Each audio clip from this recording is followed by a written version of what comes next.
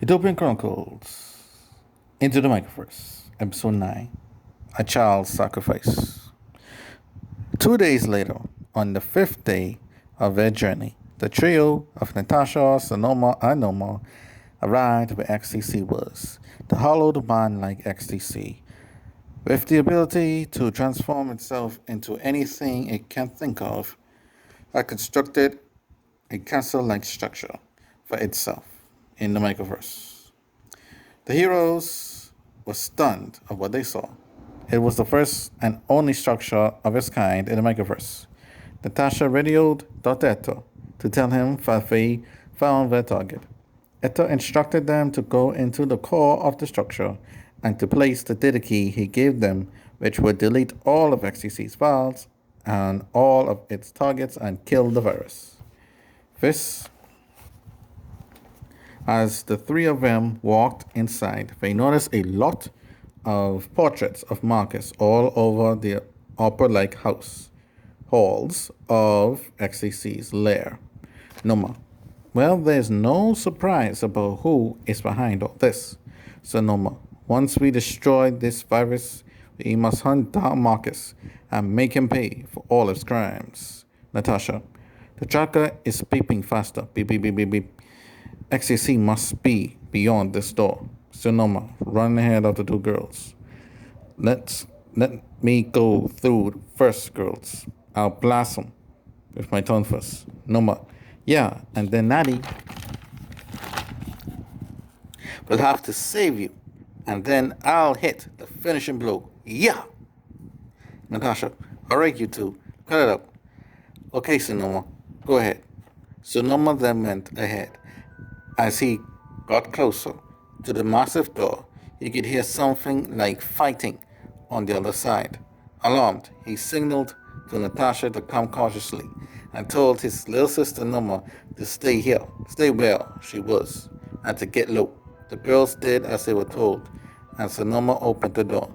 To their shock, it was the octobeast from before, spinning around with its tentacles all pointing to and firing at XTC.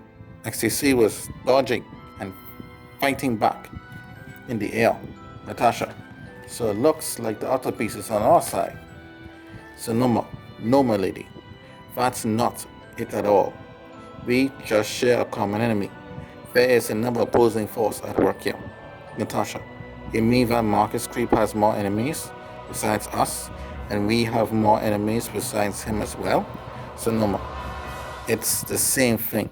I told you before, Natasha. Natasha, yes. We must end this all here and now. She got out her blasters. I will protect my father and my people from this and all evils, even if it costs me my life. Natasha raced down the fray, shooting her two blasters, one for each monster. She had a warrior's cry, that she had never cried before, as fate of all she loved was now on the line. Sonoma running after her. No, Natty, wait. Sonoma raced in, blasting as well, as the two beasts turned their attention towards them. It was in the rush that Sonoma didn't realize that he had dropped the data key. Noma saw it and picked it up and knew that her time was now to put down the finishing blow. All she had to do was to wait for a moment to strike. While Noma contemplated her next move, the duo of Natasha and Sonoma had their hands full with these micro monsters. Natasha was facing with XTC in hand-to-hand combat as he had stopped flying to avoid the gunfire. As for Sonoma, he was in a rematch with the Octobeast. Sonoma, why are you even here? Whose side are you on? The Octobeast. Your king knows exactly why I work for, exactly who I work for. As for you, children, you have made it this far. Just note, my master wants to end the Flood name by his own blade, and not by a virus made by the United Brochure Organization, or UBO for short. And Sonoma, said the UBO Octobeast. Yes, they are the ones behind all of this. You should focus and find them. As Sonoma and the Octobeast fought, the Octobeast gave a lot of intel. Stunned by all of this, Marcus ordered XTC to go forward with the plan ahead of time. Natasha was still fighting the XTC, and she performed her signature move, the Nexuses. This is when she would run up to her opponent and jump towards him, leg first. Then her legs would be cross-tied as she is heading towards her opponent. Finally, her cross feet get to the neck of her opponent, and she would separate them quickly, leaving a devastating blow to them. Also, her blasters would fire off, leaving a mini explosion to boot. Natasha, XTC is down temporarily. Quick, Sonoma. Throw me the key. Sonoma then realized that he didn't had it, and then the Octobeast whipped him to the wall and knocked him out. The beast then flew to Natasha's direction. Natasha started blasting, and then it flew overhead and attacked XTC, who was going to attack her. The Octobeast then self-destructed in order to kill XTC, which was its true goal all along. The blast pushed Natasha back to the door, injuring her. Then Noma raced out to Natasha with the data key in hand. Noma, Natty, please stay alive. Natasha, struggling to get up. Noma, the key. Then XTC rose from the flames and started to repair itself. With her brother still out cold, Natasha injured, Noma knew that she would have to do the one thing that no other 8-year-old would never dream of doing. Noma, standing up tall, facing XTC. Natty, tell my brother I love him, and thank him for being there for me. Natasha, Noma, no, don't do what I think you're going to do. Noma, I told you, Natty, as she walked closer to XTC, that I would land the finishing blow. Thank you for allowing me to do this. Natasha, crying bitterly. Noma! Then Noma ran up, jumped, and placed the data key in XTC's heart. And then both it and her fell down in flames together. Then the whole structure was collapsing all around Natasha and Sonoma, who was now starting to come through.